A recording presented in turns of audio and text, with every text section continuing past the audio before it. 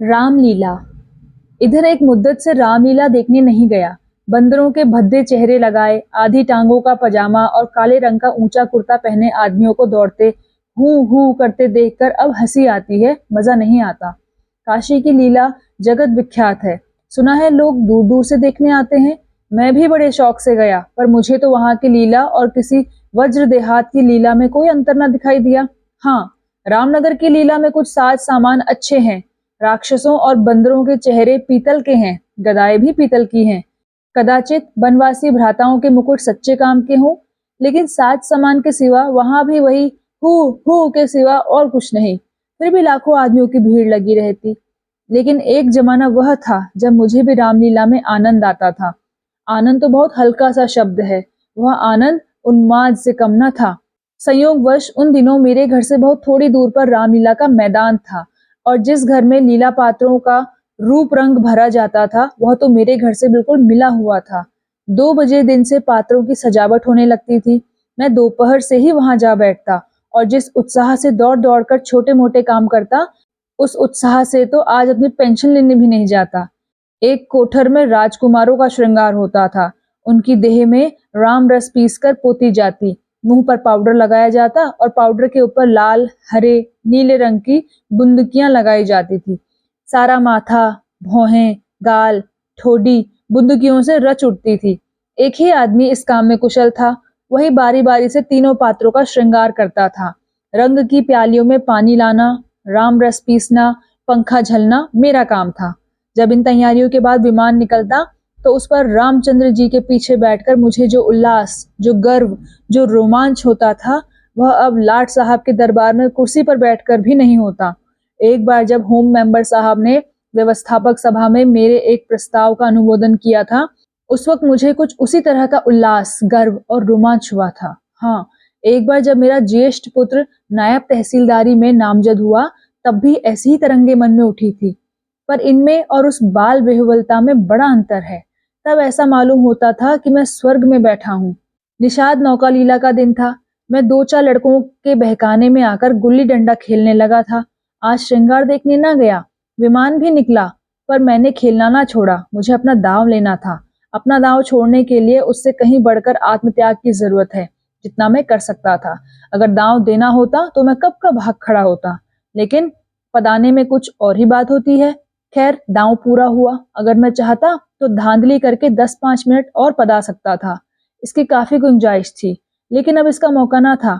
मैं सीधे नाले की तरफ दौड़ा। विमान जल तट पर पहुंच चुका था। मैंने दूर से देखा, मल्लाह किश्ती लिए आ रहा है। दौड़ा, लेकिन आदमियों की भीड़ में दौड़ना कठिन था। आखिर जब मैं भीड़ हटाता, प्राण प्रण से आगे बढ़ता घाट पर पहुंचा, तो निषाद अपनी नौका खोल चुका था। रामचंद्र पर मेरी कितनी श्रद्धा थी।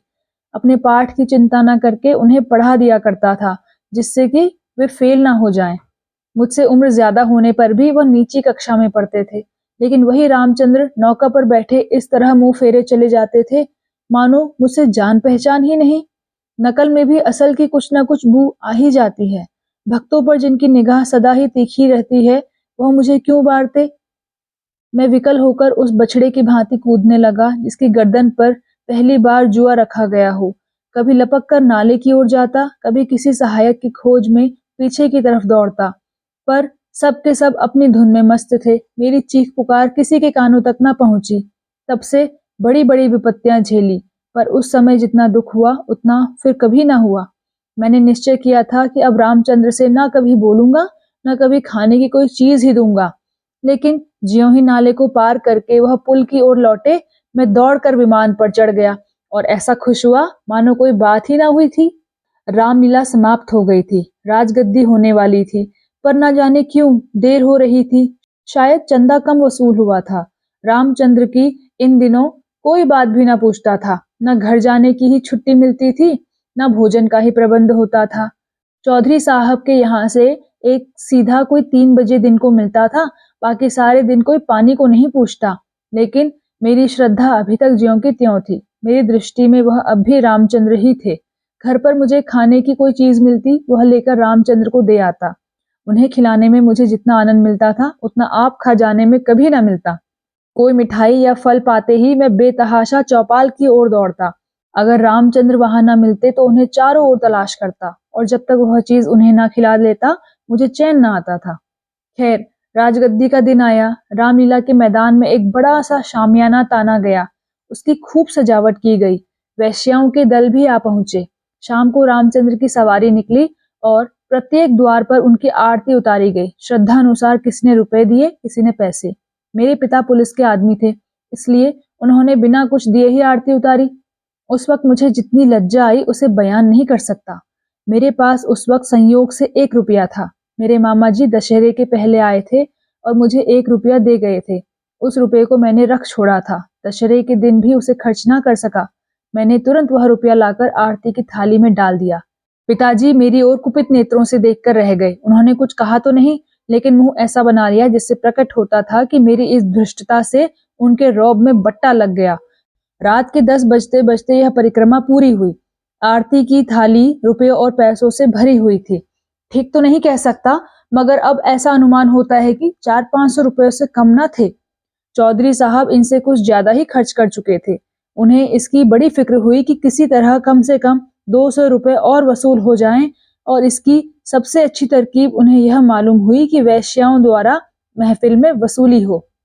जब लोग आकर बैठ जाएं और महफिल का रंग जम जाए तो आबादी जान रसिक जनों की कलाइयां पकड़ पकड़ कर ऐसे हाव भाव दिखाएं कि लोग शर्माते शर्माते भी कुछ ना कुछ दे ही सकें। आबादी जान और चौधरी साहब में सलाह होने लगी। मैं संयोग से उन दोनों प्राणियों की बातें सुन रहा था। चौधरी साहब ने समझा होगा यह लौंडा क्या मतलब समझेगा, पर यहाँ ईश्वर की दया से अक्ल के पुतले थे। सारी दास्तां समझ में आती थी। चौधरी बोले, सुनो आबादी जान, यह तुम्हारी ज्यादती है। हमारा और तुम्हारा कोई पहला साबिका तो है नहीं। ईश्वर ने चाहा तो यहाँ हमेशा तुम्हारा आना जाना लगा रहेगा। अब की चंदा बहुत कम आया, नहीं तो मैं तुमसे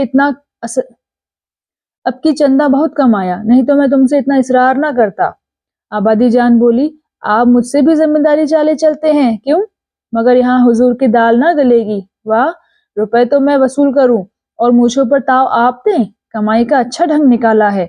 इस कमाई से तो वाकई आप थोड़े दिनों में राजा हो जाएंगे। उसके सामने जमींदारी झक मारेगी। बस कल ही से एक चकला खोल दीजिए, खुदा की कसम माला माल हो जाइएगा। चौधरी बोले, तुम दिल्लगी करती हो और यहाँ काफिया तंग हो रहा है। आबादी जान बोली, तो आप भी तो मुझी से उस्तादी करते हैं। यहाँ आप जैसे काइयों को रोज उंगलियों पर नचाती हूँ। चौधरी बोले, आखिर तुम्हारी मंशा क्या है? आबादी जान बोली, जो कुछ वसूल करूं उसमें आधा मेरा आधा आपका। लाइए, हाथ मारिए। चौधरी साहब बोले, चलो यही सही। आबादी जान बोली, तो पहले मेरे 100 रुपए गिन दीजिए, पीछे से आप असलेट करने लगेंगे। चौधरी बोले, वह भी लोगी और यह भी? आबादी जान बोली, अच्छा, तो क्या आप समझते थे कि अपनी उजरत छोड़ दूंगी?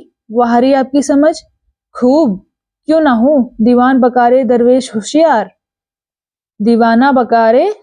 होशियार। चौधरी बोले, तो क्या तुमने दोहरी फीस लेने की ठानी है? आबादी जान बोली, अगर आपको 100 दफे गरज हो तो, वरना मेरे 100 रुपए तो कहीं गए ही नहीं। मुझे क्या कुत्ते ने काटा है जो लोगों के जेब में हाथ डालती फिरूं? चौधरी की एक न चली। आबादी जान के सामने दबना पड़ा। नाच शुरू हुआ। आबादी जान बला की शोख औरत थी। एक तो कमसिन, उस पर हसीन, और उसकी अदाएं तो इस गजब की थी कि मेरी तबीयत भी मस्त हुई जाती थी। आदमियों को पहचानने का गुण भी उसमें कुछ कम न था। जिसके सामने बैठ गई उससे कुछ न कुछ ले ही लिया। 5 रुपए से कम तो शायद ही किसी ने दिए हों। पिताजी के सामने भी वह बैठी। मैं मारे शर्म के गड़ गया। जब उसने उनकी कलाई पकड़ी तब तो मैं सहम उठा। मुझे यकीन था कि पिताजी उसका हाथ झटक देंगे और शायद दुत्कार भी दें, किंतु यह क्या हो रहा है? ईश्वर, मेरी आंखें धोखा तो नहीं खा रही हैं? पिताजी मूंछों में हंस रहे हैं। ऐसी मृदु हंसी उनके चेहरे पर मैंने कभी नहीं देखी थी। उनकी आंखों से अनुराग टपका पड़ता था। उनका एक एक रोम पुलकित हो रहा था। मगर ईश्वर ने मेरी लाज रख ली। वह देखो, उन्होंने धीरे से आबादी के कोमल हाथों से अपनी कलाई छुड़ा ली। अरे, यह फिर क्या हुआ? आबादी तो उनके गले में बाहें डाले देती है। अब पिताजी उसे जरूर पीटेंगे। चुड़ैल को जरा भी शर्म नहीं। एक महाशय ने मुस्कुराकर कहा, यहाँ तुम्हारी दाल ना गलेगी आबादी जान, और दरवाजा देखो। बात तो इन महाशय ने मेरे मन की कही और बहुत ही उचित कही, लेकिन न जाने क्यों पिताजी ने उसकी ओर कुपित नेत्रों से देखा और मूंछों पर ताव दिया। मुंह से तो वह कुछ न बोले, पर उनके मुख की आकृति चिल्लाकर सरोज शब्दों में कह रही थी, तू बनिया मुझे समझता क्या है? यहाँ ऐसे अवसर पर जान तक निसार करने को तैयार हैं। रुपए की हकीकत ही क्या? तेरा जी चाहे आजमा ले, तुझसे दूनी रकम न दे डालूं तो मुंह न दिखाऊं। महान आश्चर्य, घोर अनर्थ। अरे जमीन तू फट क्यों नहीं जाती? आकाश तू फट क्यों नहीं पड़ता? अरे मुझे मौत क्यों नहीं आ जाती? पिताजी जेब में हाथ डाल रहे हैं। वह कोई चीज निकाली और सेठ जी को दिखाकर आबादी जान को दे डाली। आह, यह तो अशर्फी है। चारों ओर तालियां बजने लगी। सेठ जी उल्लू बन गए या पिताजी ने मुंह की खाई, इसका निश्चय मैं नहीं कर सकता। मैंने केवल इतना देखा कि पिताजी ने एक अशर्फी निकालकर आबादी जान को दी। उनकी आंखों में इस वक्त इतना गर्वयुक्त उल्लास था मानो उन्होंने हातिम की कब्र पर लात मारी हो। यही पिताजी हैं जिन्होंने मुझे आरती में 1 रुपया डालते देखकर मेरी ओर इस तरह से देखा था मानो मुझे फाड़ ही खाएंगे।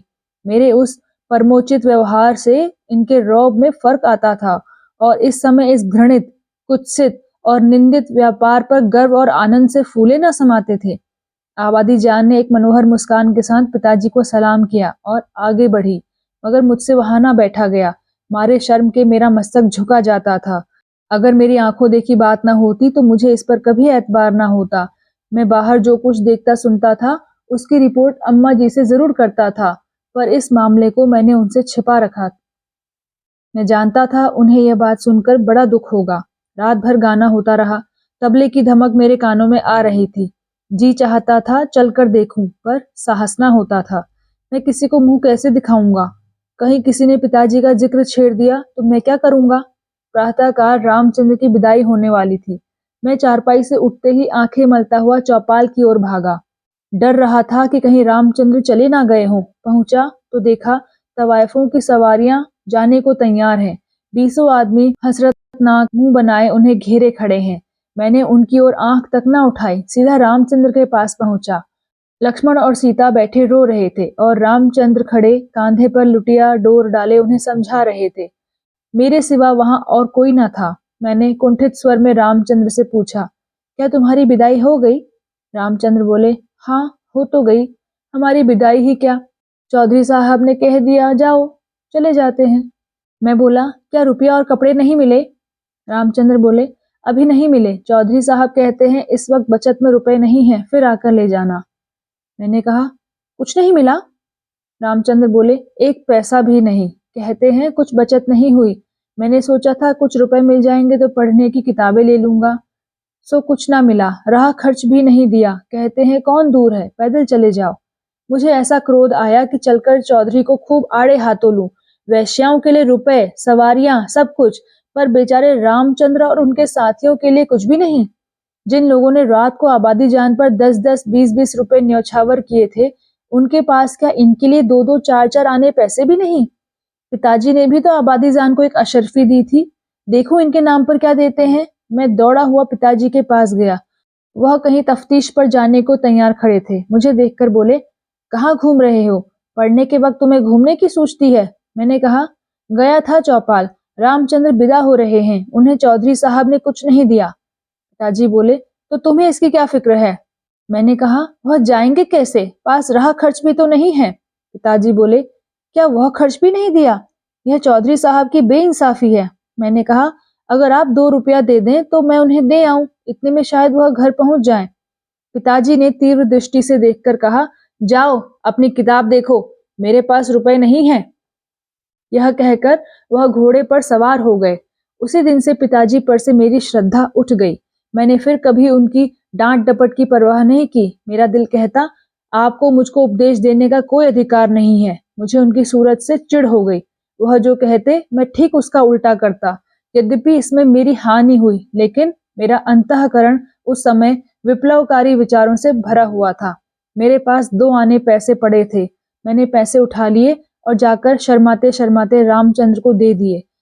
उन पैसों को देखकर रामचंद्र को जितना हर्ष हुआ वह मेरे लिए आशातीत था। टूट पड़े मानो प्यासे को पानी मिल गया। यही 2 आने पैसे लेकर तीनों मूर्तियां विदा हुई। केवल मैं ही उनके साथ कस्बे के बाहर तक पहुंचाने आया। उन्हें विदा करके लौटा तो मेरी आंखें सजल थी, पर हृदय आनंद से उमड़ा हुआ था।